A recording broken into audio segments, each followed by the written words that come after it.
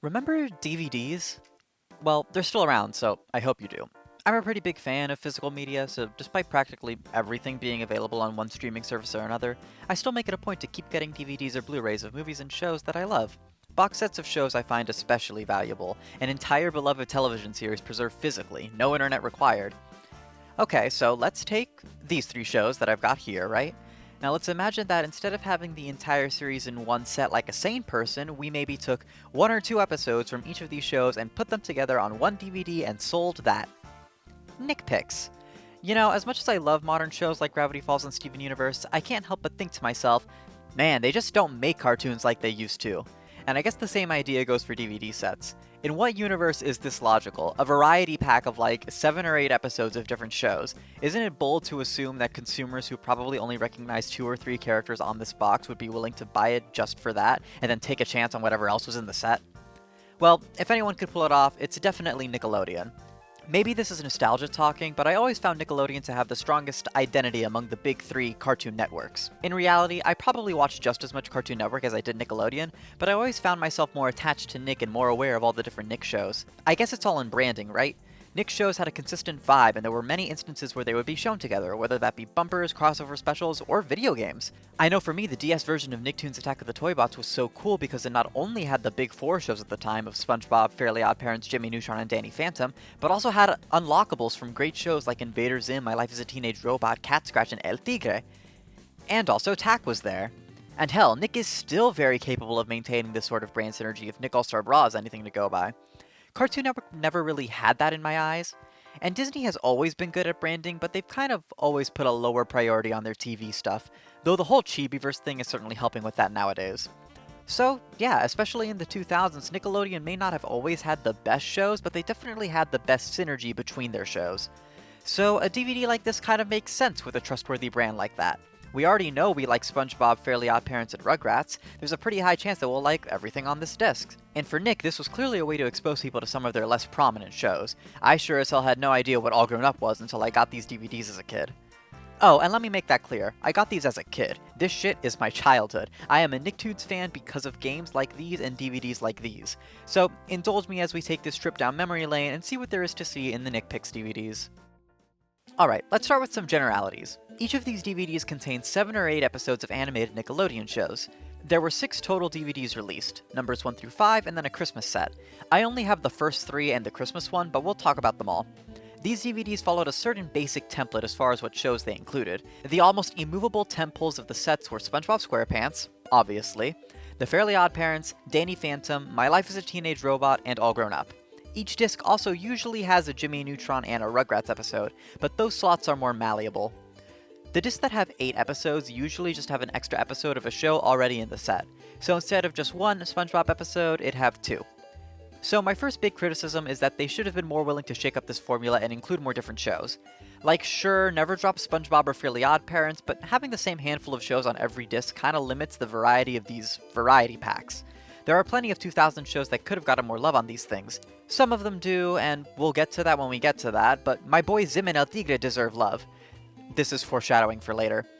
Also, I know these things were promotional tools for Nick's current shows, but it wouldn't hurt to have some 90s stuff in here, right? I guess 90s Nick and 2000s Nick are two fairly distinct beasts, but they've coexisted plenty of times thanks to Nick's aforementioned brand synergy, so why not here? Alright, that's enough preemptive complaining. The other interesting thing to me is that the episodes included are supposed to be some of the best the shows have to offer. That's not conjecture on my part, it literally says that on the back of all these boxes. This, in my eyes, is full permission to be as harsh and judgmental as possible about their episode selection. So, here's the first disc. This stays about as true to the template as we're gonna get, and even then there's a small variation.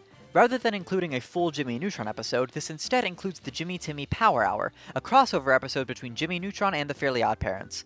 This inclusion alone makes this disc a 10 out of 10. This special is so much fun and is exactly the kind of silly idea that, as a kid, really unified the Nickelodeon cast as part of the same universe. I'd say the special's a little overly structured. They're just as Timmy Turner and Jimmy Neutron swap places for an hour. So it's what happens when Timmy's in Retroville and Jimmy's in Dimsdale/Fairy World. The Fairy World side is way better than the Retroville side in my opinion. Jimmy using science to deal with a magical problem is pretty cool and is a unique spin on what an episode of either of these shows normally looks like. The Retroville side is just Timmy bumbling his way through an episode without any help from Cosmo and Wanda, which is certainly something, but I don't know, the Fairy World side just had the more interesting stuff. The second Jimmy Timmy Power Hour was when they really let loose and let the cast bounce between the two worlds more, and I think it's easily one of my favorite things to come out of either show because of it, but that one's not on any of my DVDs, unfortunately. This is also foreshadowing for later. Anyway, Jimmy Timmy Power Hour the First is still a fantastic special, and having it on this DVD alongside a bunch of other episodes of Nicktoons is amazing.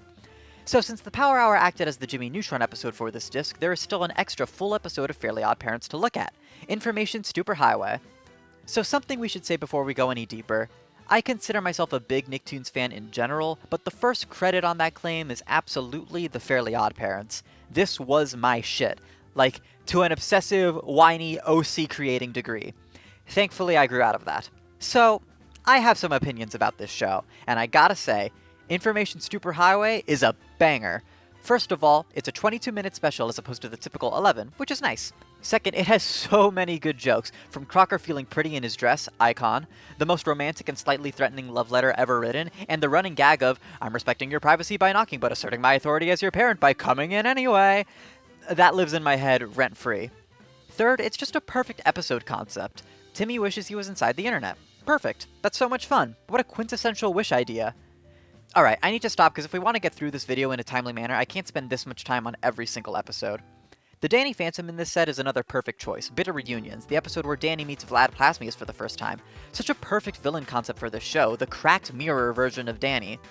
You know, ignoring the literal Dark Danny they introduced later. Can I be real with y'all?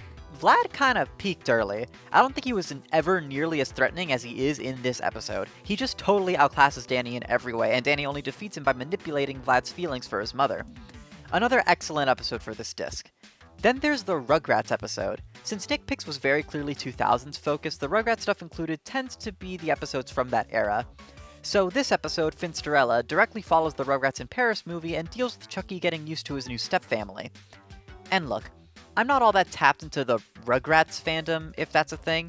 I don't know what the judgment is on the different eras of Rugrats, but I gotta say, this episode is so wholesome and cute, and I love it.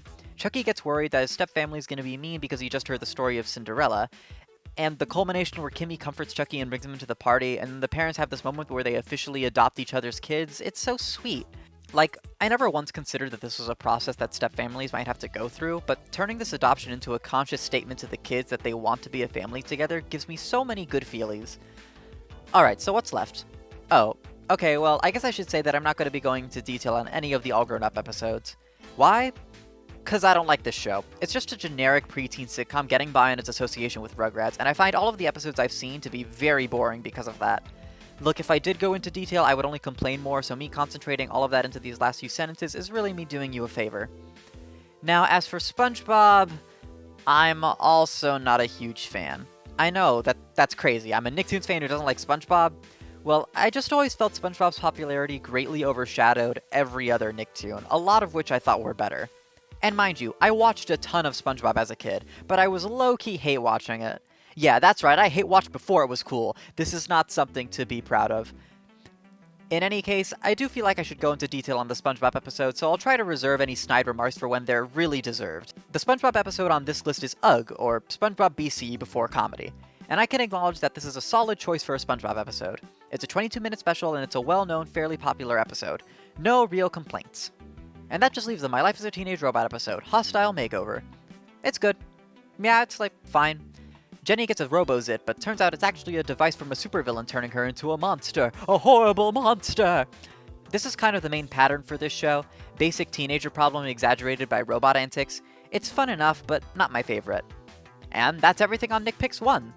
This is a hard set to beat. Ignoring All Grown Up, there really isn't a stinker on here, and I would say 5 out of these 7 episodes are absolutely some of the best these shows have to offer. Alright, what's the competition?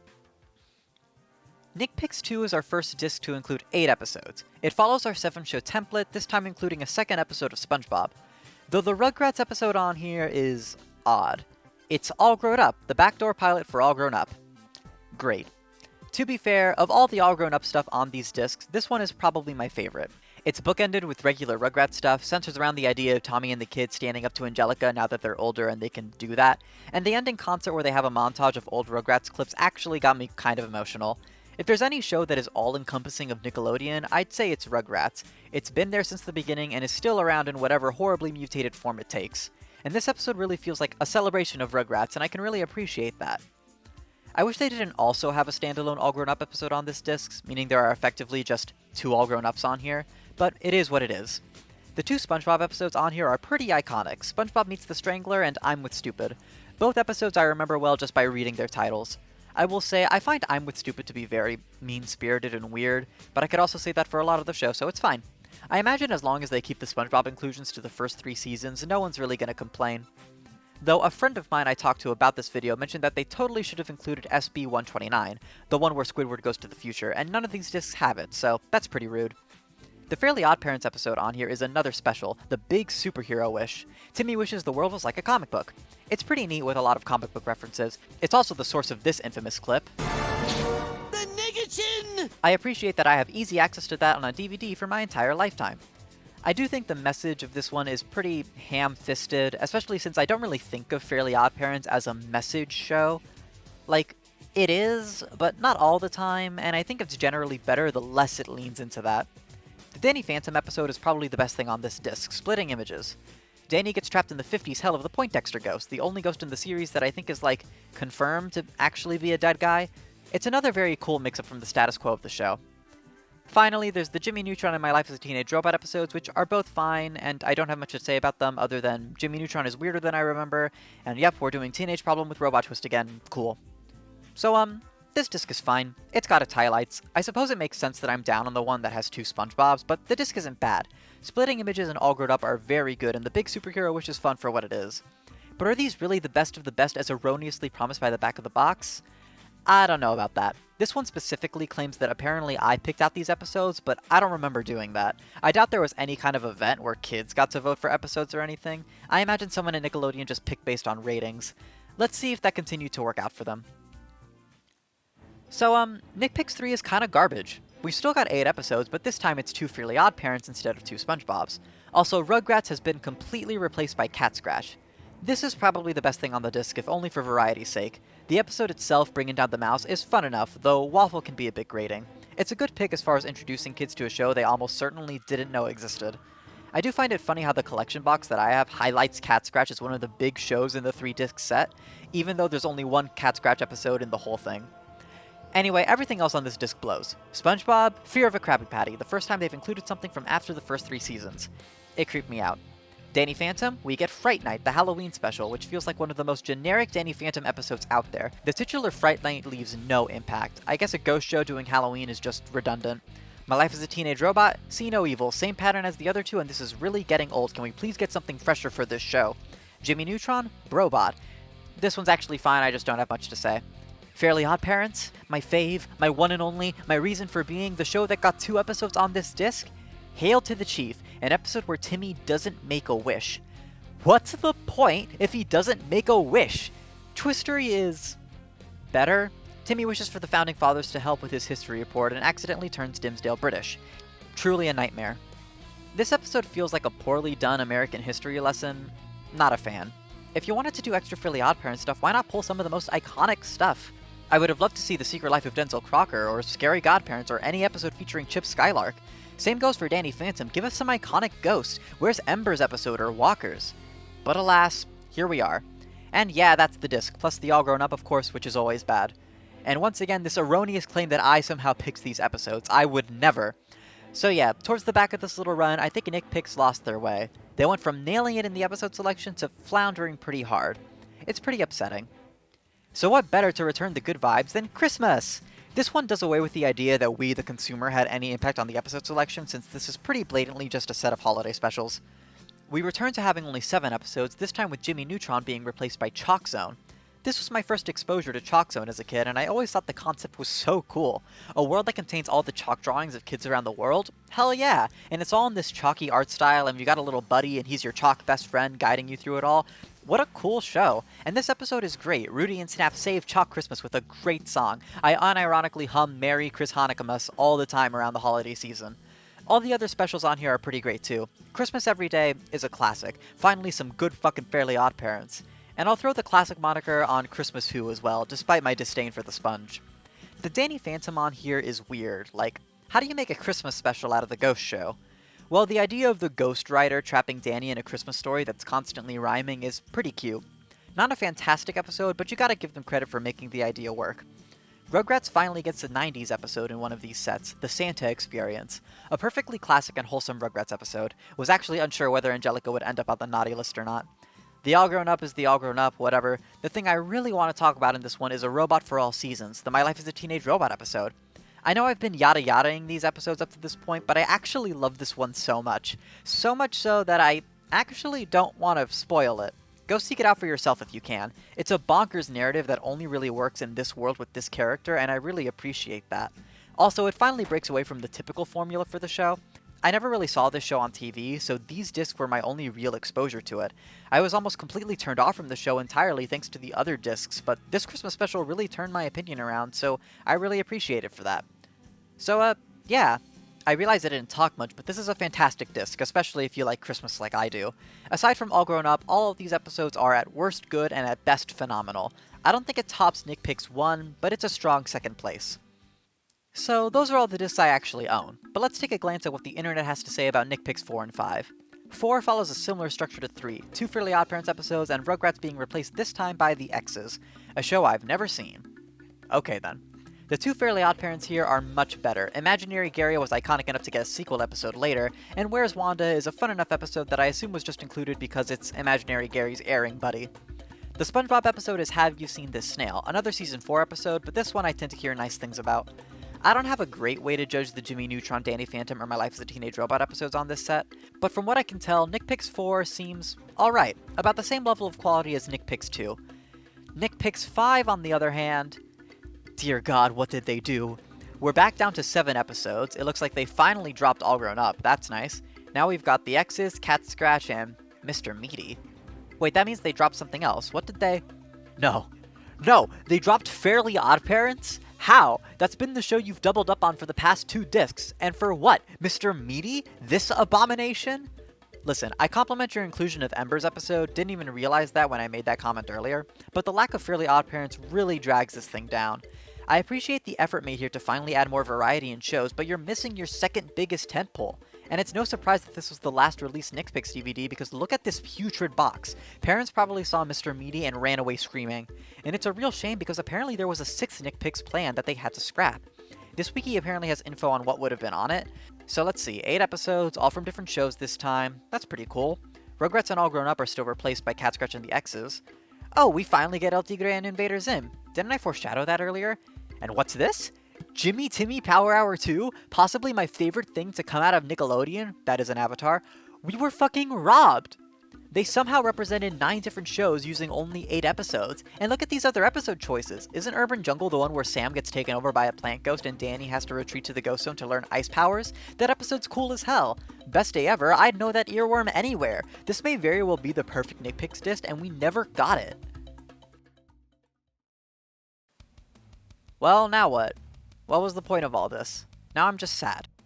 Well, I guess we could talk about TEENick Picks really quick, the live-action installment of this DVD series. This includes 6 episodes from 5 shows, 1 from Drake and Josh, Zoe 101, Romeo, and Unfabulous, and 2 from Ned's Declassified. Apparently there were plans for 3 more of these and they were scrapped. I can see why. So, that's it, I guess. Sometimes these things just end on downers. The story of Nick Picks simply does not have a particularly happy ending. But for what it's worth, this was really cool to have as a kid, and to have now. This was a pretty bizarre little set that exposed me to cartoons I would have never seen otherwise, and for that I'm thankful. Because I like cartoons, new, old, and somewhere in between. Some might even say to a buffoonish extent. These aren't the only Nickelodeon DVD sets out there, there's plenty to dig into, they just need to be dug up. Nick likes to push the 90s stuff as sort of the retro thing, so I'm sure there's a lot of that floating around. I would love to look into more of this stuff in the future if I have the means to do so. There are so many Nicktoons that I love that I didn't even get to bring up in this video, like Ren and Stimpy, Hey Arnold, The Wild Thornberrys, Tough Puppy, the Teenage Mutant Ninja Turtles shows, the early seasons of The Loud House. I could go on. If you stuck around this long, thanks for watching. There are some fun looking buttons down there if you have an insatiable need to press buttons. With that said, I'm gonna go watch the Jimmy Timmy Power Hour for the 100th time. See ya!